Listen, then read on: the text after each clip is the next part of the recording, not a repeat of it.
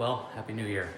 It's officially 1st of January, 2025. I'm gonna do something a little different this year and maybe answer some questions from people that I've gotten in the past and document some of the things that we're gonna be doing to these cars this year and beyond. And a lot of times I get asked about, well, how do you know how to do this? How do you know how to do that? And truth is, I usually don't. Figure it out as I go, and I'm gonna use this platform as a way to document what will end up being, hopefully, many, many different projects. And I think it'll also be a cool way to look back on them in the future as my kids get older and show them, you know, what the finished product is when they're older and how it got there. So let's go ahead and take a look at the cars and dive right in. Okay, so first up, we'll come back to this mess. We've got 73 Nova Custom. Kind of a long story on this car, and I'll probably make a separate video on this. So if you don't know me personally, there'll be some cool information in there to share. And if you do, you've probably heard the story a million times and are sick of hearing it. So you could probably skip that one. But this is the big project, 72 Nova. It's not an SS car, unfortunately, but you know, it's not much of anything at this point, really. Picked this car up off a marketplace about a month ago, maybe a little bit less than a month ago. And while I know it doesn't look like much now, I think this is going to be a very interesting project to teach myself a lot and learn a lot. Now, this will be on a budget. This car is not going to be a show car. I'm not going for perfection here, just looking to learn and maybe have some fun along the way. Now, with the 73, I've got a bunch of parts that I've been sitting on that I got probably a couple months ago. And we're actually going to do a front end swap on this, take everything from the 73 style, and it's gonna be kind of a mixed bag. I'm gonna do some components from a 70 and then the rest pretty much from a 72, I think. And just do the front end swap on this. I don't hate it, but I think that it will look cleaner than the 73 style with the, you know, the bumpers are not as desirable. This plastic is shot, and I don't think they make that either.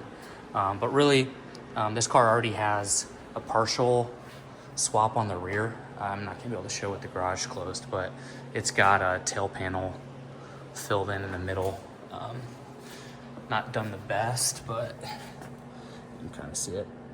So get it to 72 bumper on the front like this has on the rear, just a cleaner look. And yeah, I think that will make a pretty good difference in the looks department. So that's what we're gonna start with today, is pulling off the front end on this and see how this swap goes.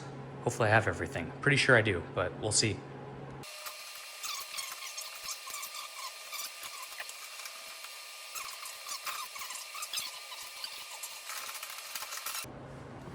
Okay, so I think I've determined that it's going to be easier to take the eyebrows off after I get the bumper off and have more room to come up from underneath, because it is a tight squeeze otherwise.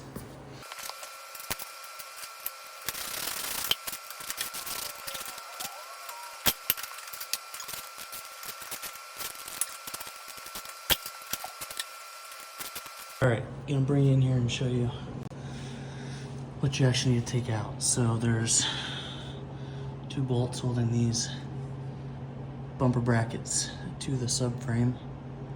One there, which you can see removed, and one there. And repeat on the other side.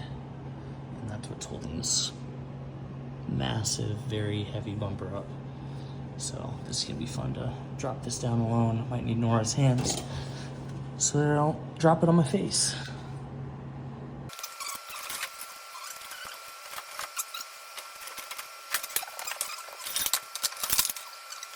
All right, so I got the bumper all the way off, and this thing is enormous. These bumper brackets, you can see why the 73 sits out so much further. Once I get the other brackets out, I'll show you the difference. Now I have the opportunity to do potentially the funniest thing ever and use the 73 parts and put them on the 72. Now, obviously I'm not gonna do that, but you can imagine the uproar now. With the bumper all removed, you can see what's left. Now we have to take off this filler panel, the trim, all of that's gonna be changed. The only thing that's still gonna be left is the headlights. And this will change, this mount for the grille. But I believe the latch is the same. I don't think I ordered a latch, so I'm pretty sure when I was looking at the parts lists that people have put together online, that was not on there.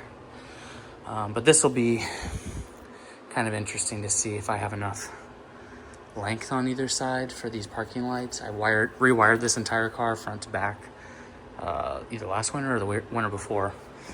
And I deleted the parking light function of these as blinkers. So I deleted the blinker function. They're just parking lights only. So I never really liked the big amber lens. And if I didn't have to have it on all the time, I just thought it looked better without it. So anyways, to take off this panel, looks like there's a bunch of bolts around there. And then, can't really see it, but there's a bolt right there as well on either side. And then this should all drop. Right, so this went a little bit more difficult than I expected. There was some more rust there was more rust here than I think I've seen on any part of this car. So kind of interesting that there is actually rust present. So I'll have to do some cleanup here before we put everything back together. I wasn't expecting to have to do this, but definitely want to do it while it's apart. So bolt wise, yeah, they're all 1/2-inch bolts. That's what's holding on this last bit on this side. So just gotta do the other one and one step closer. All right, so at this point, got everything removed except for this center bracket, which I know is gonna have to change slightly. And the eyebrow moldings finally came off, along with I can't remember what they call these fillers with the pop metal that are the 73, 74 only. And actually it was just easier to take those out and leave the eyebrow moldings attached. So that's pretty much everything off there. Didn't take too long, it wasn't too bad.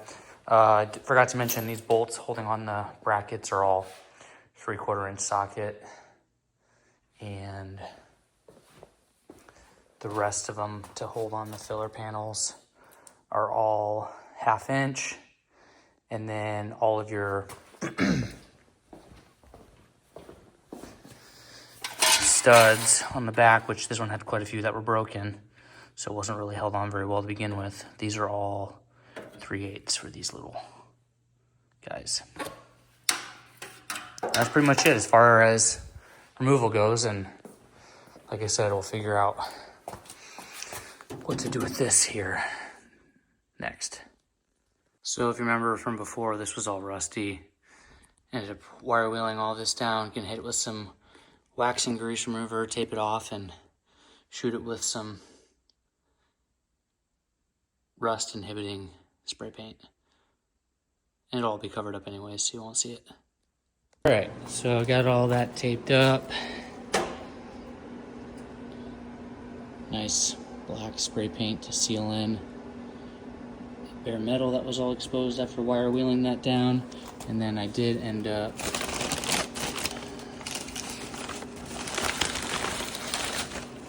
also scuffing where the brackets from the old bumper mounted up as they Obviously I've never seen paint since the factory. Cleaned all that up, wire wheeled it, painted it, as well as some other little spots that were on this Radiator Sport that hadn't seen paint in a long time. So wire wheeled, painted, I think we're ready for the next step.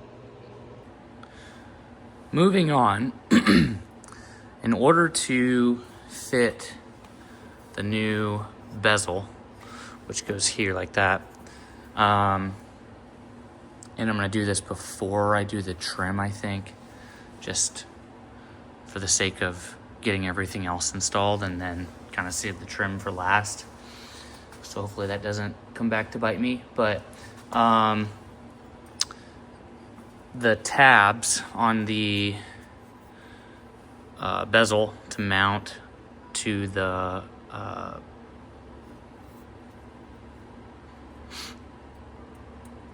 radiator support, losing my words here, require you to change out this bracket because the 73, 74 bezels are different. They have a different angle for mounting. And so there's this bracket that AMD makes for both sides. So that's gonna be the next step, is to remove the old bracket, probably scuff up and paint the areas underneath, kind of like we did when we removed the original bumper brackets. And then we'll get these mounted in place and try to test fit the bezels and see how they line up. Got the new brackets installed. Like I said, scuffed and painted behind there. Now, before I try to fit the bezels, I actually decided I'm just gonna get this out of the way. So we gotta replace this old support bar, which I can't tell if mine's either twisted or if that literally is supposed to be like that. Actually, no, it's just broken. Okay, cool. 1/2-inch bolts down here for that. The ones holding on these grill mount brackets are also 1/2-inch bolts, or 1/2-inch sockets, I should say. And then it looks like the tops here. So I think this is the first time a 12-point socket is actually useful, and it's 7/16. So get those removed next. Got the support bar swapped out. There's a pretty significant difference between this one and the 73 style. As you can see, it's much smaller, but that's to allow the grill to fit through this area. It doesn't stick out as far. And there's some support bracketry that runs through here that's a little bit different as well to support the grill. Did get the bezels in, and not fun to try to get those lined up. Make sure, you're gonna need a bolt kit too, but make sure you put those clips in your new grill brackets for your Phillips screws to tie into. And then you're gonna need to put 2 of them on the sides there as well with some sort of nut or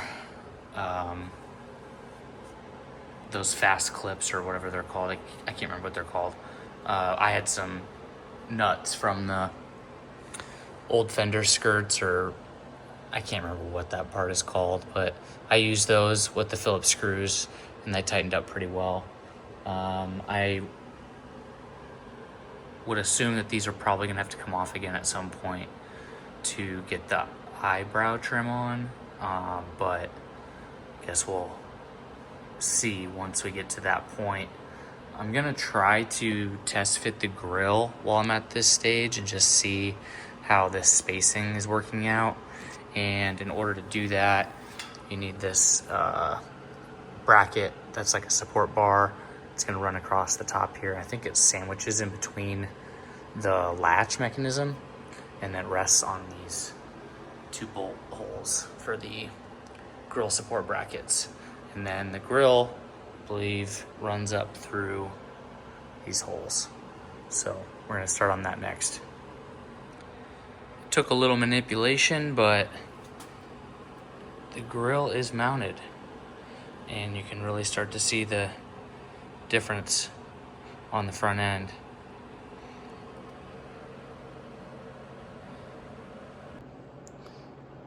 So next up, I think we're gonna try to get the bumper and the brackets mounted And I think we'll attach the brackets to the bumper and then try to slide this up on there, kind of the opposite of how I took the old one off, using the jack stand since I don't have extra hands. Bumpers from AMD, it's pretty nice. It's got this plastic when you first get it that leaves a film all over it, so it definitely needs cleaned. And you'll notice that I went with the 1970 parking lamps because I wanted the clear lens instead of the amber. So I'm gonna put those parking lenses in, then get the brackets all situated and mounted to the bumper, and see where we're at time-wise before we call it a night. Turns out the 72 makes a good table. Now, if you're not familiar with this, filler panels, they're significantly different than the 73, 74. It's actually stacked. So this is the metal bracket that will attach to the grill brackets, which are installed, and then also to the bottom of the fenders. And then this sandwiches on top as your, this is essentially what you'll see. So typically I think this comes like argent silver is what it's called, from the factory color. I'm gonna paint this black, I think, since the tail panel is black as well. And I don't have any silver paint, so I think it'll just look better with the black grill and the headlight bezels. So going to get that painted. You're also going to need these J clips, I think is what they're called, and pop those in so that way your bolts can slide through, or can slide through the mounting holes in the grill to this filler panel. And then there's a separate hole for the metal bracket underneath that, like I said, these go to the grill supports on the left and the right side. But then there's also one in the middle for that middle support beam right there. And then I believe one of the plastic, or one of the bolts also goes through here for the plastic filler panel. All right, we're back at it. Another day, and this place is a disaster. As you can see, we're running out of room quick. Normally I have this pulled out to give me some extra room. We just got snow, so the snow blower's in the way. And these filler panels, well, the one is now painted. So we can start moving on to hopefully wrap this up today. It's taken way longer than I expected it to. And for it being a quote unquote bolt-on swap, it is more work than you might think. So hopefully we'll get this all wrapped up and buttoned up today and have the finished product here soon. Got some updates. So I ended up pulling all of this off. I'm glad it all fit, but it's a pain to try to get these filler panels attached to the grill. You don't have a lot of room, and I think getting these put together ahead of time and putting it all together as one unit is probably the best way to do this. You'll notice that I just undid the grill support brackets from the back to pull this out. I had already gotten a few bolts ran through the back of the grill, which, by the way, I had to drill those holes out larger. So if you have to do, depending on which grill you buy, which this is the OER one. I don't think I'd recommend this grill. So far, the quality of the black paint and stuff just doesn't seem very good. It's coming off pretty easily, so I'm sure that's all gonna have to be repainted on the top at some point. You also notice that I ended up cutting one side of each of the filler panels, because the only other way to get those in would be to loosen the fenders, and I'm not wanting to do that. I did see online that somebody else had done this before and cut these, and it makes it much easier to take them in and out, especially if you're gonna end up repainting this at some point. Undoing the fenders and inner fenders and all that is just not something I wanted to mess with, and I don't think it's gonna change the structural integrity of these two pieces very much. There's a lot of hardware holding all of this together. So I'm gonna get the rest of this tightened up off of the car, sandwiched together, and then move to put it back on again, and hopefully it all lines back up. Gonna show before I throw this back on just how much extra finagling there is required. So to sandwich this in here, there's that Grille support bracket on your left and right side. You're gonna need to put a J-clip there and run a bolt through, and I had to auger these out with some larger step bits to be able to slide that over. And then same thing on this side, and then this one in the middle is where it's gonna attach to the hood latch support bracket. So this is all assembled now without getting it scratched up, and you can see what I mean. There is a lot of hardware running through this, and now we're just gonna try to get it set in the car and get everything attached. And we're gonna just, you know, start with reattaching the grill brackets, hopefully get those lined up relatively easily, and then it's gonna be kind of a battle trying to get these to slide between the fenders. It's still not like it's loose or anything, it's a tight fit. It's supposed to be like that apparently. If I'm wrong, somebody correct me. But we'll get this heaved up in here and see if we can get it bolted in.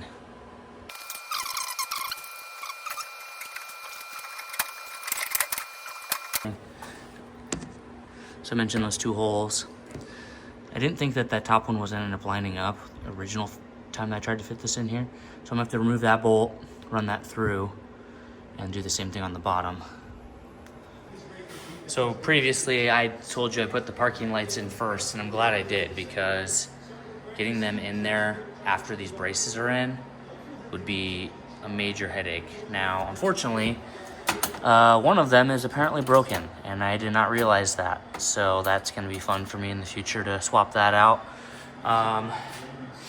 And these braces, this is an AMD bumper and AMD braces, and they did not go together well at all.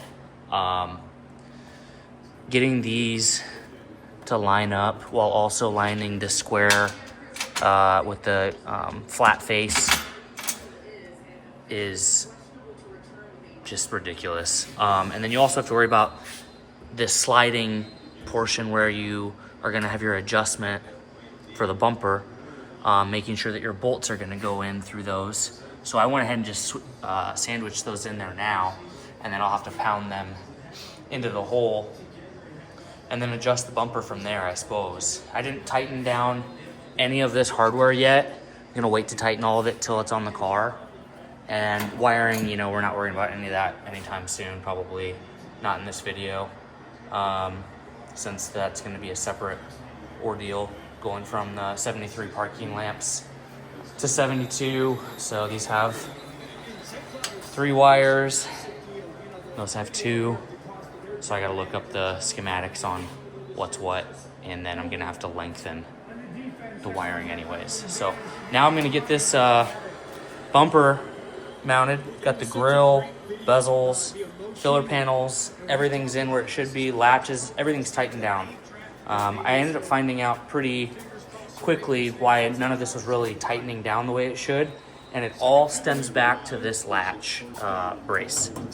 And that's another OER part, so they're continuing to drop in my book as something that I would buy again in the future or recommend, because it seems like each thing I use has that problem.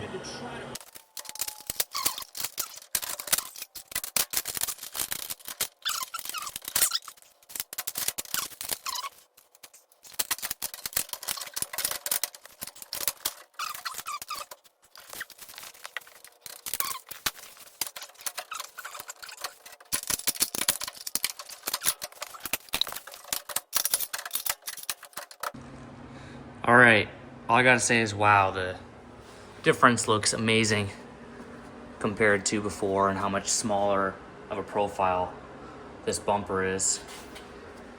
Getting it sandwiched around the subframe, because you gotta keep these two together, slide it back, keep that tab in that hole, and then line up, not with this slotted hole. There's one of these over here. Don't use that. There's an actual just a regular bolt hole. So you'll slide that through there, and that gives you your adjustment back and forth to slide the entire group of brackets in the bumper back and forth. And then up here, right there, there's another slot adjustment. This one is slotted on the subframe and on the bracket, and that gives you your up and down adjustment. So you'll see sometimes people have these just cranked way too high of an angle. I'm probably gonna have to try to tilt mine up just a little bit yet, I think. It does look pretty good though, so I guess we'll have to see once the trim is on, because it should be pretty close to being in line with the trim as far as like the angle. I don't think that the two line up. I'll have to look at a few examples online and see if they are like a 1-to-1 line, and if so, then the hole, you know, need to come forward a little bit. But for right now, I've got the gap lined up the same, as close as possible, all the way across, and the height. So, moving on to the last step here, which is the trim, the eyebrows, and then the hood trim, which all I've heard so far is that 73, 74 hoods don't work very well with the hood trim. So we'll have to see what that ends up looking like and how we make that work. I did get one of the holes drilled for there's a second hole that you have to drill for the eyebrow molding. The 73, 74 Fenders do not have that hole. So I test fit the new eyebrow on here just a little bit, got that hole drilled. I'll have to do the same thing on the other side, obviously. Get the clips, the speed nuts. I couldn't remember what those were called earlier, but the speed nuts on the back of those, and then work on figuring out how the new piece is gonna attach to this hood. So I got one eyebrow on and figured out pretty quickly why people say these hoods don't work. And if you see that edge sticking out that's dirty, that is preventing this trim from sitting back as far as it should, which is creating a massive gap. This needs to basically look like this instead of tilting up like this, which leaves a much larger gap. It's gonna, by eliminating that and cutting that out and probably elongating these holes here, that will give me some room to close that gap and make this look like it should on a 68 to 72. So I'm gonna grind off that lip all the way across and probably cut some of this section out because there's an emblem that's gonna have to go there anyways. So we probably should get rid of some of that material. And then again, all the way across. There's nothing on the edges, so I might just have to elongate those holes a little bit. We'll see how this lines up, but I'm sure there'll be some bending of this required slightly as well. And hopefully that'll take care of it. We'll see. I really only have one chance to cut it right, so to be continued. All right, so I got one side ground down flat. Got to do the other side yet, but just kind of wanted to show you what the idea behind this is, and hopefully this works. So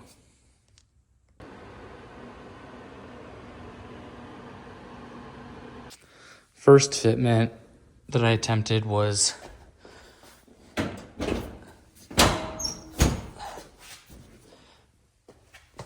set up like this. Now my hood does not fit very well, so just hopefully yours fits better than mine. I just need some adjustment. But if you look at the gap, this is what everybody talks about. It gets wider towards the middle. I actually don't think that that gap is that bad, but I did something different which helped close that significantly, and I'm gonna show you why I think you should make the change that I did here in the next video step that I'm about to show you in just a minute. So let me pull this back off and show you what I did differently, and you can choose for yourself. You can leave it as is, or you can try to do what I did. So this is how this comes from the manufacturer. The clips have the studs closer to the bottom lip. And what I had done when I cut off that lip, that was from the, you know, the difference in the hood from 73 to 74, I was basically gonna try to use this ledge to wrap around the bottom of the hood. And also it needed to be flat anyways because it was pushing this out. So regardless, that needed to be cut off. However, I realized once I had this on there and hooked on it, like I said, the gap to me was okay, but I think it can be better. And so what I had already done, and I took it back apart to try it the other way just one more time to help make sure that I'm not seeing things, is I flipped this around. Flip these clips around. Okay, doing this one-handed is apparently not that easy. Just a second. Okay, just had to start over because moving that with one hand was impossible. So you'll see what I did is I actually just flipped them, which actually lowers this whole piece by doing so. And it's a good amount, which ends up making up a pretty good difference on the distance between this piece and the grill. So I'm gonna finish swapping all those back to the way I had them, and then locking the tabs back into place so that they don't slide around like crazy. And then I will show you the end result back on the car.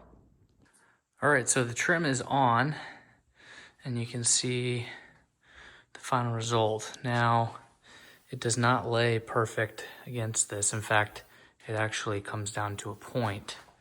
And is this a perfect solution? No, but I don't want to change the hood on this car because it's all one color right now. So this is the finished product, and the hood actually needs to be slid back a ways and it needs to come up, as you can see by the misaligned trim. But it is all done at this point. Really happy with the result. Once I get that hood lined up slightly better, I think it'll really showcase the difference. But the reason why, like I said before, is I flipped those mounting brackets is the gap between the trim and the top of the grill. Right now it's pretty even, and then it's pretty close. The other way around, it's substantially more of a gap in the middle. And I think that's why you hear so many people say that you need to swap the hoods to 6872 hood. But for those of us who already have our car painted, or, you know, present company excluded, have a patina paint job or something and you don't want to put a black cowl hood on your car, there you go.